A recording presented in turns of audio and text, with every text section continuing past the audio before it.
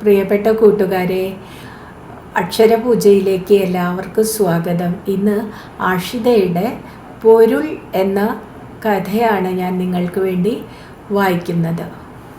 പൊരുൾ.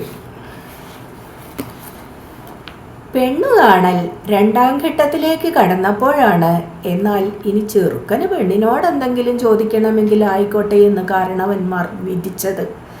ചെറുക്കൻ മുറിയിലേക്ക് കാലുകുത്തിയതിനോടൊപ്പം ജനാലയിലൂടെ ഒരു വേട്ടാളനും പറന്നു വന്ന് ഹുങ്കാരത്തോടെ ചുറ്റിപ്പറക്കാൻ തുടങ്ങി.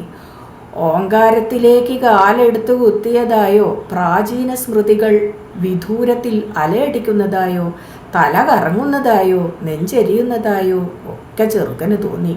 നിലത്ത് 3 ഭസ്മക്കുറികൾ പെരുവിരലിനാൽ വരച്ചിട്ടു നിൽക്കുന്ന അവളോട് തെല്ലു പതറി അയാൾ പറഞ്ഞു, എൻ്റെ പേര് ശിവൻ, മുഴുവൻ പേര് സദാശിവൻ.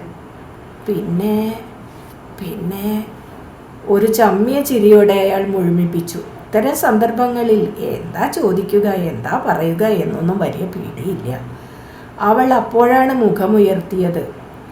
അത് അങ്ങയുടെ മാത്രം പ്രശ്നമല്ല, മനുഷ്യരാശിയുടെ മുഴുവൻ പ്രശ്നമാണ്. അവൾ മൊഴിഞ്ഞു.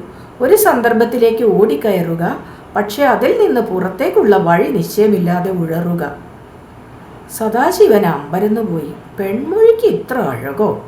മുറിയിൽ വേട്ടാളന്റെ ഹുങ്കാരം ഉയർന്നു വീണുകൊണ്ടിരുന്നു. ഒരു നോട്ടത്തിൽ സദാശിവനെ തറച്ചു നിർത്തി അവൾ ദയവോടെ പറഞ്ഞു കൊടുത്തു. ഒരു ഉദാഹരണത്തിന് ഈ വേട്ടാളനെ തന്നെ നോക്കൂ. ജനലിലൂടെയാണ് കടന്നു വന്നത്. എന്നിട്ടും 2 വട്ടം മുറിയിൽ ചുറ്റിക്കറങ്ങുമ്പോഴേക്കും പുറത്തേക്കുള്ള വഴി മറന്നു. പാവം, നിസ്സാരമായൊരു കാര്യമാണ്. ജനലിലൂടെയാണ് വന്നത്, അതിലെ തന്നെ തിരിച്ചു പറക്കുകയേ വേണ്ടു.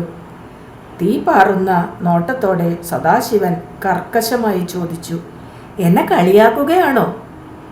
മൃദു മന്ദഹാസത്തോടെ അവൾ പറഞ്ഞു, ദാ നോക്കൂ, ഇപ്പോൾ കോപത്തിലേക്ക് പാഞ്ഞു കയറിയ അങ്ങയെ ഇനി അതിൽ നിന്നും പിടിച്ചിറക്കണമെങ്കിൽ എൻ്റെ അനുനയവും മാപ്പപേക്ഷയും വേണ്ടേ? മനുഷ്യവംശത്തിൻ്റെ മുഴുവൻ പ്രശ്നം ഇതാണ്.